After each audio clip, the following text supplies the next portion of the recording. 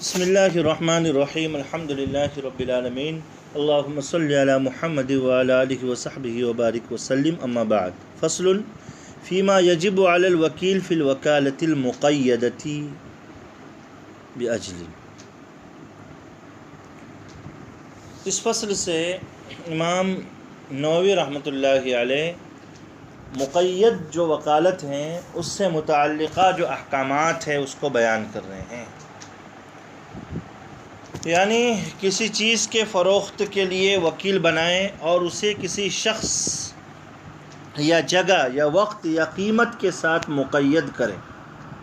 تو ایسی صورت میں اب وکیل کے لیے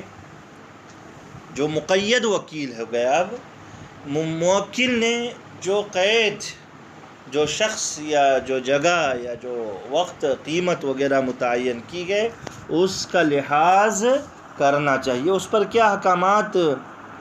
مرتب ہوتے ہیں اس کو بیان کر رہے ہیں۔ قال الموکل للوکیل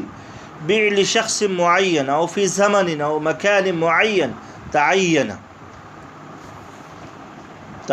وفی المکان وجہ اذا لم يتعلق به غرض وإن قال ببيع ب100 لم يبيع بأقل وله أن يزيد إلا أن يصرح بالنهي۔ کہہ رہے کہ اگر کسی شخص کے ساتھ موکل نے وکیل کے لیے بیچنا متعین کر دیا، مقید کر دیا، مثلا یوں کہا موکل نے یہ چیز زید کے ہاتھ ہی فروخت کرو، تو اسی کو فروخت کرنا چاہیے، کیونکہ یہ تخصیص کسی خاص مقصد کے تحت بھی ہوگی۔ ہو سکتا ہے کہ زید کا مال شبہ سے پاک ہو۔ اگر قرینے سے یہ واضح ہو جائے کہ اصل مقصد نفع کی تحصیل ہے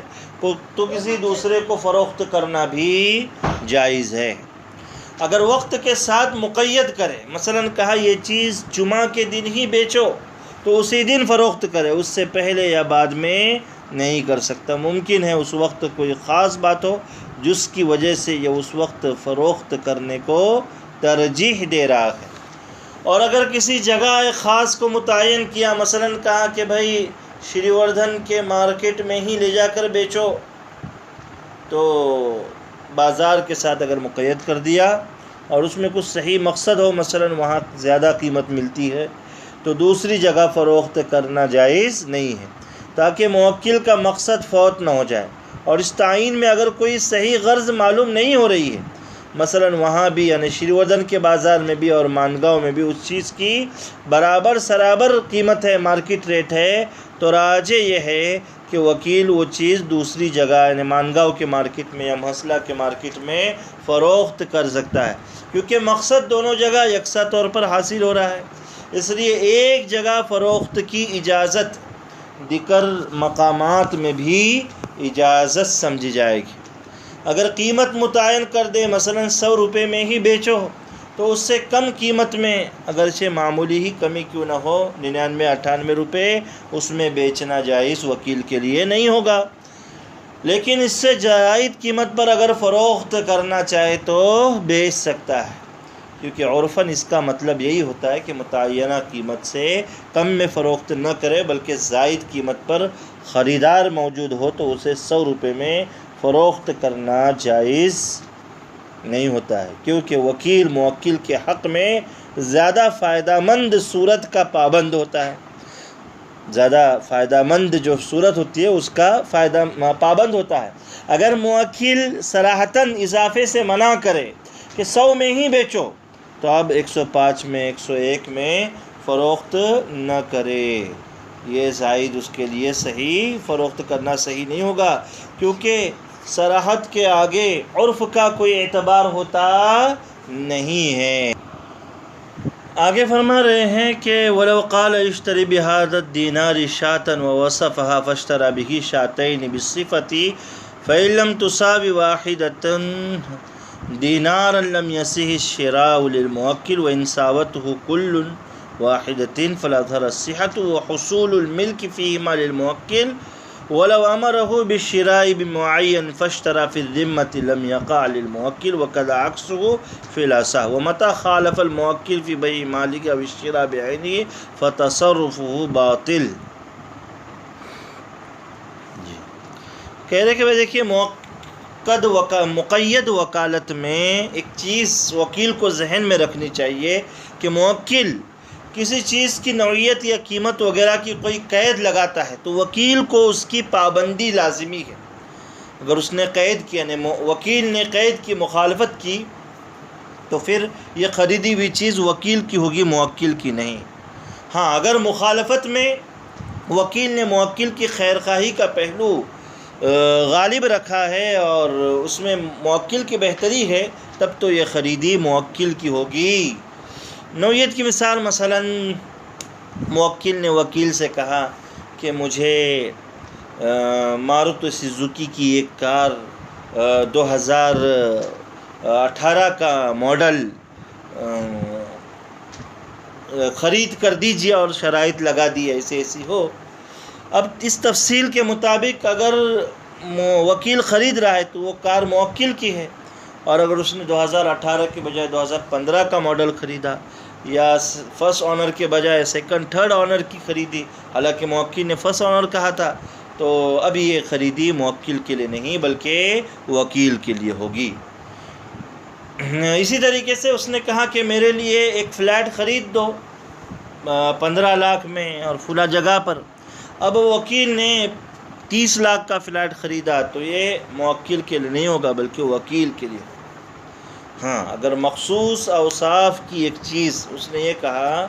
کہ فلیٹ اچھے قسم کا مجھے 10 لاکھ میں خریدو، وکیل انہی اوصاف سے متصف فلیٹ جو ہے یہ 8 لاکھ میں خریدے، تو اس میں چونکہ موکل کے لیے بہتری ہے، اسی لیے یہ اب خریدی موکل کی ہوگی، یہ خریدی جو ہے موکل کے حق میں ہوگی، کیونکہ اس مخالفت میں موکل ہی کا نفع ہے۔ یہ چیز اس کو پیش نظر رکھنا چاہیے۔ اب اس عبارت میں جو مثال انہوں نے دی ہے کہ موکل نے وکیل سے کہا کہ یہ دینار لے لو اور اس دینار سے ایک بکری خرید لو، مثلا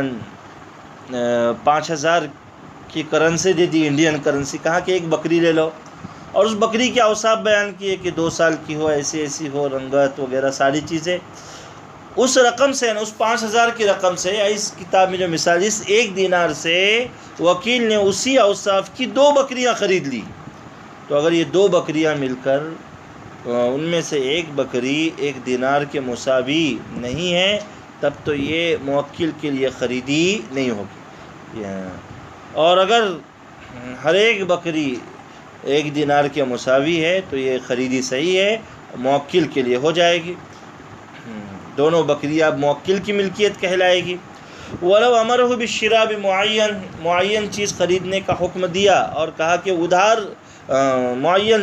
معین کے ذریعے سے مال دیا، اس نے 5000 کی رقم دی اور کہا کہ اس سے خریدو بکری، اب اس نے ادھار خریدا وکیل نے، تو یہ ادھار خریدنا موکل کے حق میں نہیں ہوگا بلکہ وکیل کے لیے ہوگا۔ اور اگر مان لو اس نے کہا کہ ادھار خریدو موکل نے، اور وکیل نے روک خریدا اپنی جیب سے، تو یہ بھی وکیل کی چیز کہلائے گی، موکل کی نہیں کہلائے گی۔ کہتے ہیں وَمَتَى خَالَفَ الْمُوَكِّلُ فِي بَيْعِ مَالِهِ أَوِ الشِّرَاءِ بِعَيْنِهِ فَتَصَرُّفُهُ بَاطِلٌ۔ اگر وکیل نے موکل کی مخالفت کی مال بیچنے میں یا مال کے خریدنے میں، تو ایسی صورت میں وکیل کا تصرف یہ باطل کہلائے گا۔ وَلَوْ اشْتَرَىٰ فِي الذِّمَّةِ وَلَمْ يُسَمِّ الْمُوَكِّلُ۔ کہتے ہیں کہ وکیل صاحب ایک دکان میں گئے اور انہوں نے کہا کہ بھائی مجھے ایک موبائل چاہیے، اور ادھار خریدا، موکل کا وہاں پر کوئی نام ہی نہیں لیا، وقع علی الوکیل، تو یہ موبائل گویا کہ وکیل کا ہوگا، موکل کا نہیں۔ اور اگر دکان والے کے سامنے اس نے موکل کا نام لیا اور قیمت ادھار رکھی، فقال البائع، بائع نے کہا کہ میں موکل کو نہیں جانتا ہوں، بعتک، میں نے تم کو بیچ دیا، اور وکیل نے خریدتے وقت کہا کہ اشتریت للموکل، میں نے تو میرے موکل کے لیے خریدا، فقضى فی الاصح، تو ایسی صورت میں بھی یہ خریدی وکیل کے لیے ہوگی، موکل کے لیے نہیں۔ وہ موبائل جو اس نے ادھار خریدا ہے یہ وکیل کا ہوگا، موکل کا نہیں۔ وَإِنْ قَالَ بِعْتُ مُوَكِّلَكَ زَيْدًا، اور اگر دکان والے نے کہا کہ یہ موبائل میں نے تمہارے موکل زید کو بیچ دیا ہے، اور اس وکیل نے کہا، فقال الوکیل اشتریت لہ، میں نے زید کے لیے لے، جو میرا موکل ہے اس کے لیے ہی خریدا، فالمذہب بطلانہ، تو یہ بھی بے باطل ہے۔ بے باطل اس وجہ سے کہ یہ جو بائع بیچ رہا ہے اس کے سامنے تو موکل ہے ہی نہیں، تو وکیل ہے، پھر یہ کیسے کہہ رہا ہے کہ بھی تو موکلک زیدن؟ یہ گویا کہ جو یہ جو عقد کا معاملہ ہے سگے کا ذرا الٹ رہا ہے یہاں پر، اس لیے یہ خریدی صحیح نہیں ہوگی۔ وہ ید الوکیل ید امانت۔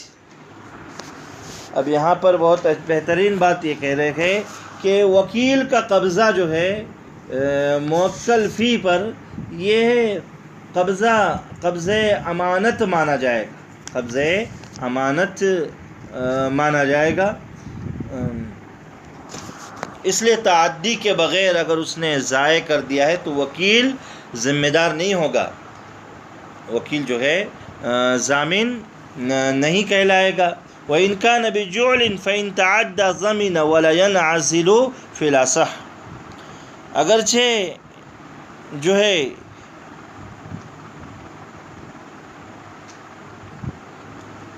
توکیل یعنی بالعوض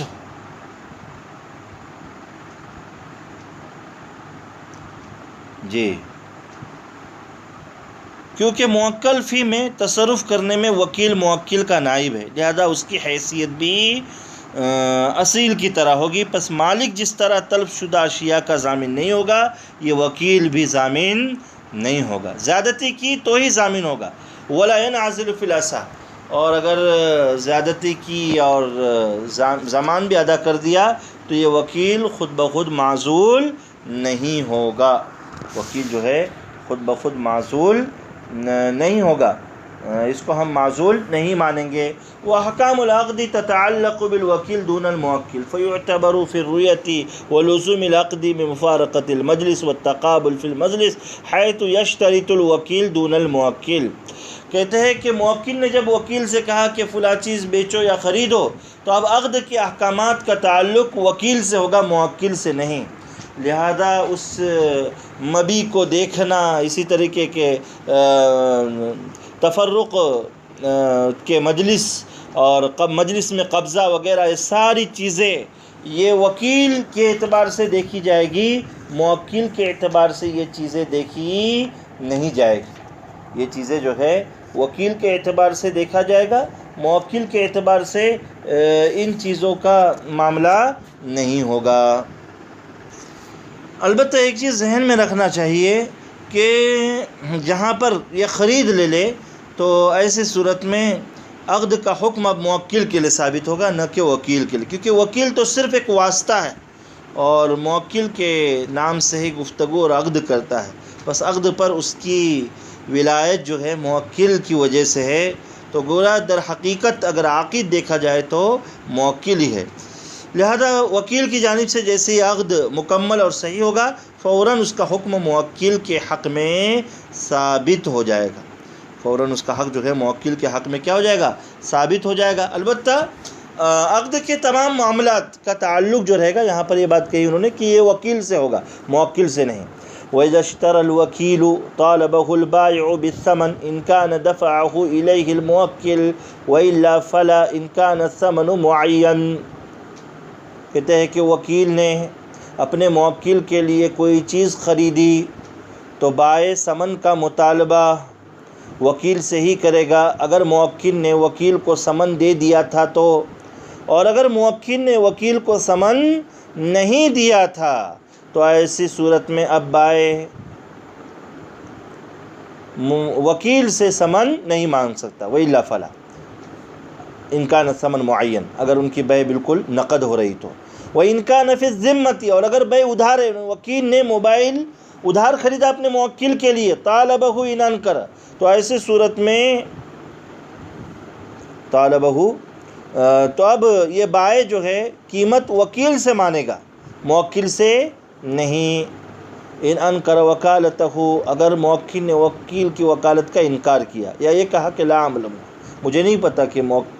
کوئی وکیل میری طرف سے تھا، اس نے آپ سے خریدا۔ وَإِنِ اعْتَرَفَ بِهَا، اور اگر موکل کو وکیل کی وکالت کا اعتراف ہے، مان رہا ہے کہ ہاں میرا وکیل ہے وہ، طالبہ ایضاً فی الاصح، تو ایسی صورت میں اب یہ جو بائع رہے گا اس دکان کا مالک، وہ قیمت وکیل سے بھی مانگ سکتا ہے اور موکل سے بھی مانگ سکتا ہے، کما یطالب الموکل، دونوں سے مانگ سکتا ہے۔ وَيَكُونُ الْوَكِيلُ كَضَامِنُ وَالْمُوَكِّلُ كَأَصِيلٌ، کہتے ہیں کہ عقد وکالت میں وکیل جو ہے ضامن کی طرح ہے اور موکل اصیل کی طرح، موکل اصیل کی طرح ہے۔ تو مضمون لہو جیسے وہاں پر بات آئی تھی کہ اصیل سے بھی مانگ سکتا ہے اور ضامن سے بھی مانگ سکتا ہے، آدھا اس سے مانگ سکتا ہے آدھا اس سے بھی مانگ سکتا ہے، ویسے یہاں پر بھی بائع وکیل سے بھی مانگ سکتا ہے قیمت اپنے موبائل کی اور موکل سے بھی مانگ سکتا ہے۔ وَإِذَا قَبَضَ الْوَكِيلُ بِالْبَيْعِ الثَّمَنَ وَتَلِفَ بِيَدِهِ وَخَرَجَ الْمَبِيعُ مُسْتَحَقًّا رَجَعَ عَلَيْهِ الْمُشْتَرِي، موکل نے وکیل سے کہا تھا کہ یہ موبائل لے جاؤ مارکیٹ میں بیچ دو، وکیل نے موبائل بیچ دیا، قیمت پر قبضہ کر لیا اور وہ پیسے چوری ہو گئے، تلف ہو گئے، اور وہ موبائل بعد میں پتہ چلا کہ یہ موکل صاحب نے وکیل کو جو موبائل دیا تھا یہ تو چوری کا موبائل تھا، تو اصل مالک آ گیا کہ بھائی میرا موبائل لاؤ۔ رجع علیہ المشتری، تو اب یہ مشتری اپنا جو ثمن ہے وہ کس سے مانگے گا؟ کہتے ہیں وکیل سے مانگے گا۔ وَإِنْ اعْتَرَفَ بِوَكَالَتِهِ فِي الْأَصَحِّ، اگرچہ موکل کو وکیل کی وکالت کا اعتراف ہے تب بھی یہ موبائل کس سے مشتری جو ہے اصل جس کو یہ وکیل نے بیچا تھا وہ قیمت وکیل سے ہی مانے گا اساس قول کے مطابق۔ ثم يرجع الوکیل الموکل، پھر وکیل اپنا معاملہ موکل سے درست کر لے گا، وہ کہے گا کہ بھائی آپ نے مجھے موبائل دیا تھا، میں نے کسی کو بیچ دیا، وہ قیمت ضائع ہو گئی، میرا اس میں کوئی قصور نہیں ہے اور میں اس میں کوئی ذمہ دار بھی نہیں ہوں، اب وہ موبائل بھی چوری کا نکلا اور وہ مشتری میرے پاس قیمت مانگنا ہے، میں نے اپنے جیب سے ادا کر دیا، لائیے آپ میرے پیسے دے دیجئے، تو موکل کو دینا ہوگا۔ قلت، امام نووی رحمۃ اللہ علیہ فرماتے وللمشتری الرجوع علی الموکل ابتداء فی الاصح، کہتے ہیں کہ مشتری جیسے ابھی بات آئی کہ وکیل سے مانگے گا تو ابتداء موکل سے بھی رجوع کر سکتا ہے ایسا قول کے مطابق، واللہ اعلم۔ تو امام نووی رحمۃ